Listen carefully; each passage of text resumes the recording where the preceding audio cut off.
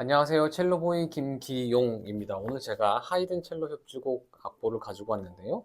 이거를 말씀드리려고 하는 게 아니라 여기 보니까 뭐 사인 있죠? 미샤 마이스키의 사인입니다. 이 뒤에 있는 거를 말씀드리려고 합니다. 제가 대학 시절에 연습할 때 많이 참고했던 문구인데요. 이거를 여러분들도 한 번쯤은 읽어보고 내용을 한번 숙지하면 어떨까라는 생각으로 한번 읽어 드리려고 합니다. 화면으로 이렇게 보여드리면은 계속 읽기가 힘들기 때문에 제가 한번 소리내서 읽어 드리도록 하겠습니다. 첼로 연습에 관한 몇 가지 제안들.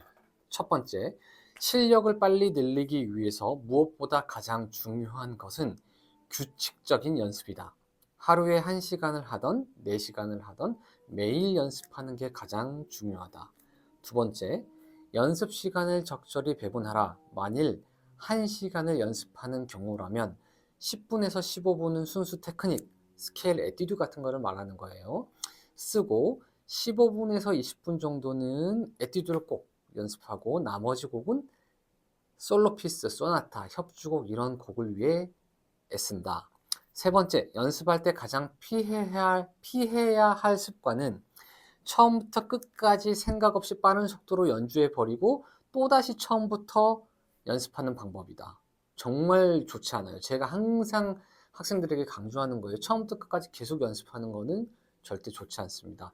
이런 방법은 시간을 낭비할 뿐이다. 고쳐야 할 부분을 반복해서 틀리지 않게 아주 천천히 주의 깊게 연습하고 속도를 조금씩 증가해 원래 속도까지 올려보는 것이다. 네 번째, 연습하고 있는 곡을 처음부터 끝까지 계속 연습하는 것은 피하도록 한다. 그 대신 문제되는 부분에서 멈춰서 그 부분을 집중적으로 연습한다. 아무리 질긴 밧줄이라도 약한 부분이 있으면 그곳에서 끊어지고 만다는 사실을 꼭 기억해라. 어느 정도 연습이 됐으면 처음부터 끝까지 멈추지 않고 연습하는 것도 꼭 필요하다. 그래야 곡을 전체적으로 파악하고 연속성을 이해할 수 있기 때문이다.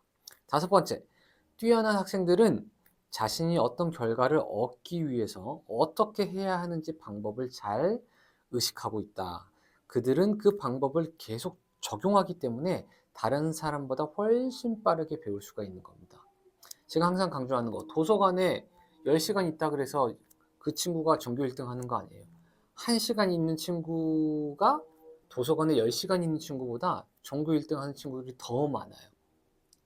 항상 말하는 거, 10시간 연습하고 연습실에 있는 것보다 한두 시간 집중해서 내가 뭘 고쳐야 될지를, 뭘 해결해야 될지를 연습하는 친구가 시간을 효율적으로 잘 연습할 수 있는 그런 학생이 되는 겁니다.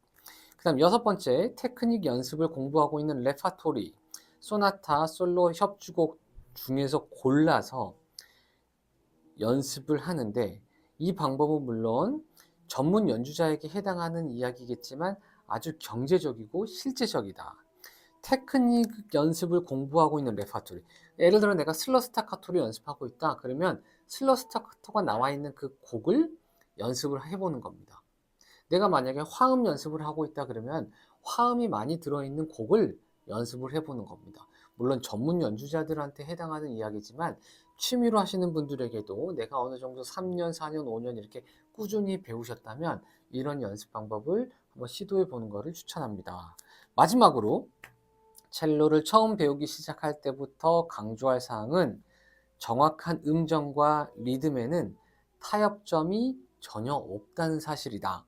거의 맞다라든가 비슷하게 맞다라든가 하는 말은 음정과 리듬에서 절대로 용납해서는 안 되는 것이다 라고 합니다. 적당히 맞아.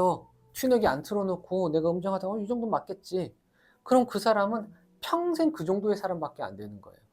지금 시청을 하시는 분들이 내가 음정이 안 좋아요. 리듬이 안 좋아요. 박자가 안 좋아요. 그런다면 음정은 튜너기를 틀어놓고 정확하게 맞을 때까지 계속 훈련하는 거예요. 스케일을 가지고 튜너기 틀어놓고 정확하게 맞을 때까지. 그 노력이 5년, 10년, 20년이 됐을 때 내가 섬세한 감각이 음정이 좋아지는 거예요. 절대로 한두 달 해가지고 되지 않고요. 만약에 박자와 리듬이 안 좋다. 메트로놈을 틀어놓고 박자가 완전히 이해될 때까지 연습을 계속 하는 거예요. 적당히 맞다. 이 정도면 됐겠지. 그러면은 여러분들은 적당히 맞은 사람, 이 정도면 된 사람만 실력이 발전할 겁니다. 내가 정말 더 전문 연주자처럼 누구 앞에서 연주를 했을 때 와 정말 잘한다 이런 말을 듣고 싶다면 음정 리듬 박자에서 타협점이 절대로 있어서는 안 될 것이라고 제가 항상 강조하지만 이 글을 발췌해 놓은 이 글을 쓴 포퍼라는 첼리스트가 똑같은 말을 합니다. 대충대충 하는 사람들은 평생 대충대충 돼요. 꼼꼼하고 정확하게 하려고 노력하는 사람들은 당장은 아니지만 시간이 1년, 2년, 3년, 4년 지나면 어느 순간 갑자기 내가 음정이 좋아지고 박자가 좋아지는 그런 연주자가 되어 있을 거라고 강력하게 자신합니다. 그리고 항상 강조하는 거, 지루하고 따분한 거, 정말 하기 싫은 거, 그거 연습을 견뎌내고 할 수 있어야 돼요. 그러면 실력이 늘어요. 근데 그거를 잘 할 수 있는 사람들은 많지 않습니다. 그렇기 때문에 성공하는 사람들, 잘하는 사람들도 많지 않은 거예요.